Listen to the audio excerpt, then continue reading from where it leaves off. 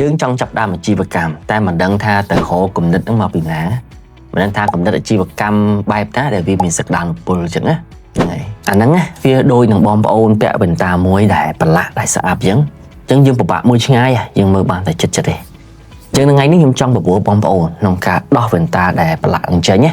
យើងពាក់វ៉ែនតាមួយដែលថ្មីដើម្បីឲ្យបងប្អូនអាចមើលច្បាស់ជាងមុនដើម្បីមើលថាតើមានឱកាសនឹងគំនិតអាជីវកម្មបែបណាខ្លះដែលយើងអាចធ្វើទៅបានចឹងថ្ងៃនេះខ្ញុំនឹងមានវិធីសាស្ត្រមួយចំនួនដែលបងប្អូនអាចយកទៅប្រើប្រាស់ដើម្បីឆ្កឹះរកគំនិតអាជីវកម្មដែលបងប្អូនអាចធ្វើទៅបានអញ្ចឹងណាហ្នឹងហើយវិធីសាស្ត្រទី1គឺយើងចាប់ផ្ដើមពីខ្លួនយើងផ្ទាល់ភាសាអង់គ្លេសគេមានពាក្យមួយដែលគេហៅថា scratch your own itch បានថាម៉េច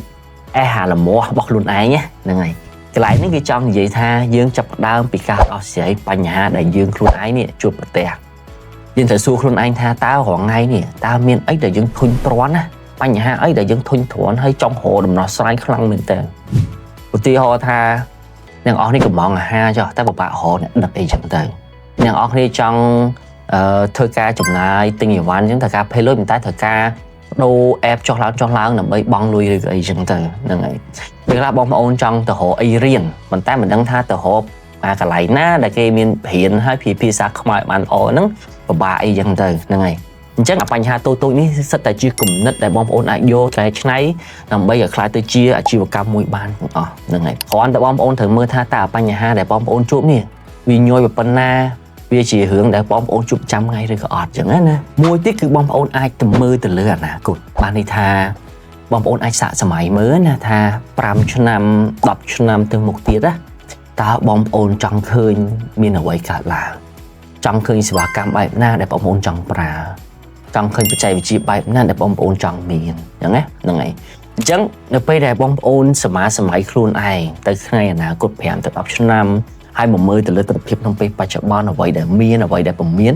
យើងនឹងចាប់ផ្ដើមឃើញគម្លាតហើយបែរថាអ្វីដែលអ្នកនរគ្នាកំពុងរស់នៅនេះហើយនឹងអ្វីដែលបងប្អូនចង់មាននៅថ្ងៃមុខនេះតើកន្លែងហ្នឹង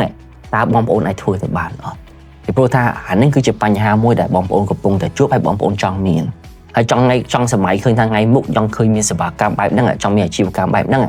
អញ្ចឹងតើយើងធ្វើរបៀបមិនបានអញ្ចឹងណាអញ្ចឹងគឺបានថាយើងចាប់ដើមពីការដែលយើងស្វែងយល់ពីខ្លួនឯងពីតម្រូវការពីបញ្ហាដែលយើងជួបហើយកែច្នៃអាទាំងអស់ហ្នឹងឲ្យคล้ายទៅជាឱកាសនៃការធ្វើអាជីវកម្មហើយបងប្អូនត្រូវដឹងថាបញ្ហាដែលយើងជួបមិនប្រកាសថាអាហ្នឹងគឺជាបញ្ហាដែលយើងជួបតែឯងទេវាអាចនឹងជាតម្រូវការនឹងជាបញ្ហាដែលមនុស្សផ្សេងទៀតកំពុងតែជួបប្រទះហើយក៏ត្រូវការដំណោះស្រាយដូចគ្នាដែរអញ្ចឹងទៅពេលដែលបងប្អូននេះស្វែងរកគំនិតទាំងអស់ហ្នឹងណាចេញពីខ្លួនឯងពីតម្រូវការពីបញ្ហាដែលយើងជួបហើយគ្រាន់តែបងប្អូនអាចនឹងសង្កេតមើលបន្តិចថាបញ្ហាមួយហ្នឹងគេតើមានមនុស្សក្រៅពីខ្លួនឯងនេះតើមានណាគេខ្លះកំពុងតែជួបប្រទះលើបញ្ហាមួយហ្នឹងដែរអត់ហើយអាការជួបរបស់គាត់ហ្នឹងគឺជាការប្រចាំអត់វាញឹកញាប់អត់ដែលពួកគាត់ត្រូវការតម្រូវការអត់អញ្ចឹងបើសិនជាអ្នកនរគ្នាចាប់ដើមមើលឃើញតម្រូវការបែបហ្នឹងទាំងអស់ហ្នឹងអាហ្នឹងប្រហែលជាគំនិតអាជីវកម្មមួយហ្នឹងអាចនឹងប្រកបវិជ្ជាដែរអាចនឹងអាចដើរក្នុងទីផ្សារដូចគ្នាដែរវិធីសាស្ត្រទី2គឺយើងមើលទៅលើខាងក្រៅម្ដងមិនហ្នឹងយើងមើលខាងក្នុងយើងចាប់ដើមពីខ្លួនឯងវិធីសាស្ត្រទី2នេះគឺយើងមើលទៅលើទីផ្សារយើងមើលទៅលើតម្រូវការរបស់អតិថិជនមនុស្សយើងគឺគាត់ចូលចិត្តធ្វើតាម trend ពេលដែលយើងនិយាយពីទីផ្សារពេលដែលយើងឃើញគេលក់តែគុជដាច់យើងទៅលក់តែគុជដែរពេលដែលយើងឃើញគេលក់ online ដាច់យើងទៅលក់ online ដែរប៉ុន្តែ trend វាគ្រាន់តែជារឿងខាងក្រៅទេឱកាសអាជីវកម្មដែលខ្លាំងដែលល្អគឺវាស្ថិតនៅលើបញ្ហាវិធីសាស្ត្រមួយដែលសាមញ្ញគឺយើងចាប់ផ្ដើមពីក្រុមអតិថិជនគោលដៅរបស់យើងពីតូចមួយទៅសិនក៏បានដែរគឺយើងចាប់ផ្ដើមស្វែងយល់អំពីបញ្ហាដែលពួកគាត់ជួបប្រទះបញ្ហាដែលពួកគាត់កំពុងតែព្យាយាមដោះស្រាយតម្រូវការដំណោះស្រាយដែលពួកគាត់ត្រូវការអញ្ចឹងណាអញ្ចឹងយើងស្វែងយល់អំពីបញ្ហាដែលពួកគាត់ជួបប្រទះបានគ្រប់ជ្រុងហើយយើងបង្កើតដំណោះស្រាយដែលអាចជួយពួកគាត់ឲ្យបានពិតប្រាកដអញ្ចឹងណាអញ្ចឹងបងប្អូនអាចសាកល្បងក្នុងការជ្រើសរើសក្រុមតូចៗទាំងអស់ហ្នឹងអាចជាសិស្សនិស្សិតអាចជាម្ចាស់អាជីវកម្មអាចជាក្រុមហ៊ុនអាចជាលោកគ្រូពេទ្យអីចឹងទៅអូខេអាចទៅជា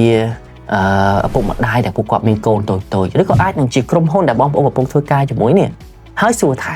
តើពួកគាត់កំពុងតែមានបញ្ហាអីតើពួកគាត់កំពុងតែខាតពេលជាមួយរឿងអីតើពួកគាត់កំពុងតែចាយលុយអ្នកខាតលុយខាតពេលវេលាជាមួយនឹងរឿងអី